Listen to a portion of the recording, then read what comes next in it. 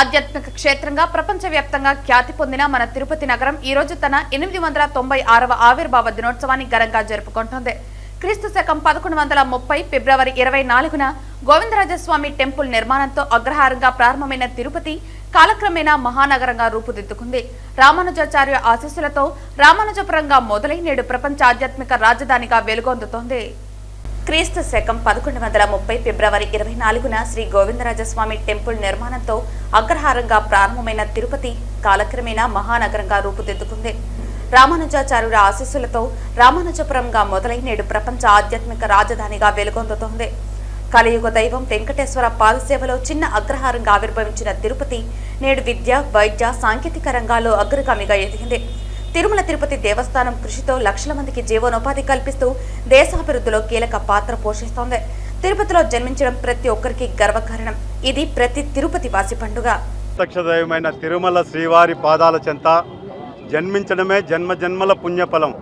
అలాంటి పవిత్రమైనటువంటి తిరుపతి ఆవిర్భావ దినోత్సవాన్ని 896వ సంవత్సర ఆవిర్భావ దినోత్సవాన్ని ఆత్మీయ మిత్రులు డిఎంసి భాస్కర్, హేమంత్ కుమార్ యాదవ్ ప్రతి సంవత్సరం కూడా ఎంతో వైభవంగా తిరుమల శ్రీవారి పాదాల చెంత మిత్రులంతా కలుసుకొని స్థానికులంతా కూడా ఇక్కడ స్వామివారికి టెంకాయలు కొట్టి భక్తులకు అన్నప్రసాద వితరణ చేసి అందరికీ కూడా తిరుపతిలో పుట్టిన ప్రతి ఒక్కరికి కూడా శుభాకాంక్షలు తెలియజేయడం ఆనవాయితీగా వస్తుంది.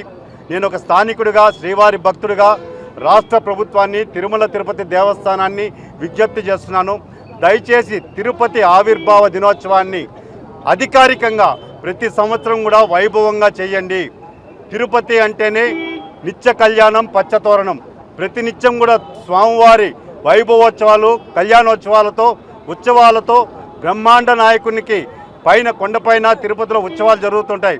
అలాంటి తిరుపతికి ఆవిర్భావ దినోత్సవానికి కూడా ఒక ప్రత్యేకమైనటువంటి గుర్తింపు తీసుకురావాలని చెప్పని మనస్ఫూర్తిగా కోరుకుంటున్నాను.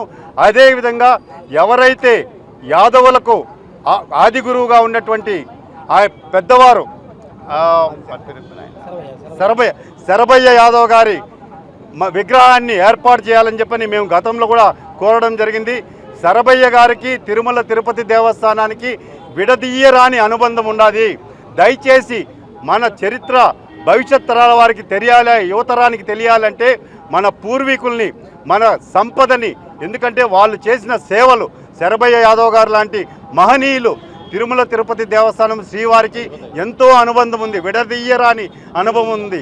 అలాంటి వారి విగ్రహాలను కూడా వెంటనే తిరుమల తిరుపతి దేవస్థానం ఆధ్వర్యంలో ఏర్పాటు చేయాలని చెప్పని కోరుకుంటూ, తిరుపతికి సంబంధించి ఈరోజు 896 సంవత్సరాలు పూర్తి చేసుకొని 897వ సంవత్సరంలో అడుగు పెడుతున్న సందర్భంగా ఈరోజు ఈ ఉత్సవాన్ని ఘనంగా కూడా శ్రీవారి పాదాల చెంత డిఎం భాస్కర్ కానీ, హేమంత్ కానీ, వాళ్ళ మిత్ర బృందం కానీ అందరూ కూడా ఘనంగా కూడా ఈ తిరుపతి ఆవిర్భావ దినోత్సవాన్ని భారీ ఎత్తున కూడా నిర్వహించుకుంటూ ఈరోజు స్వామివారి చెంత ఈరోజు టెంకాయలు కొట్టి ఆయన ప్రార్థించడం జరిగింది.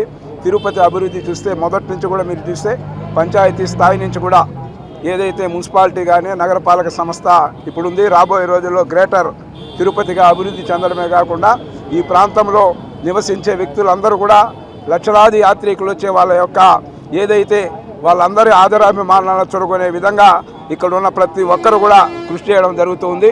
అదేవిధంగా ఏదైతే శరభయ్య యాదవ్ విగ్రహాన్ని ఈ తిరుమలలో ప్రతిష్ఠించాలని రాష్ట్ర ముఖ్యమంత్రి వర్యులు నారా చంద్రబాబు నాయుడు గారికి ఇవ్వడం జరిగింది. దానిపైన కూడా మొన్న కూడా ఈ యొక్క కమిటీ స్థానికులందరూ కూడా కలిసి అక్కడికి వెళ్ళి జేఈఓ గారిని కూడా సంప్రదించి ఏదైతే మన యొక్క చైర్మన్ గారితో కూడా సంప్రదించి మాట్లాడడం జరిగింది. వెంటనే కూడా త్వరలో కూడా శరభయ్య యాదవ్ విగ్రహాన్ని ప్రతిష్ఠించే విధంగా ముఖ్యమంత్రి గారికి మళ్ళా విజ్ఞప్తి చేసి అది అందరి ఆకాంక్ష, స్థానికులందరి యొక్క ఆకాంక్ష, అది నెరవేర్చే దిశగా కూడా కృషి చేయడం జరుగుతుందని కూడా తెలియజేస్తూ నేను యాదవ కార్పొరేషన్ చైర్మన్ అయిన మొట్టమొదటి తీర్మానమే శరభయ్య యాదవ్ విగ్రహం పెట్టాలని కూడా ప్రభుత్వానికి విన్నవించడం జరిగింది. అదేవిధంగా తిరుపతి అభివృద్ధిలో ప్రతి ఒక్కరిని కోరుకునేది ఒకటే, ఏ రాజకీయ పార్టీలు ఉండొచ్చు లేదా వివిధ సంఘాలు ఉండొచ్చు, అందరూ కూడా ఇక్కడ మనం జీవనం సాగిస్తూ ఉన్నాం. మనమందరూ కూడా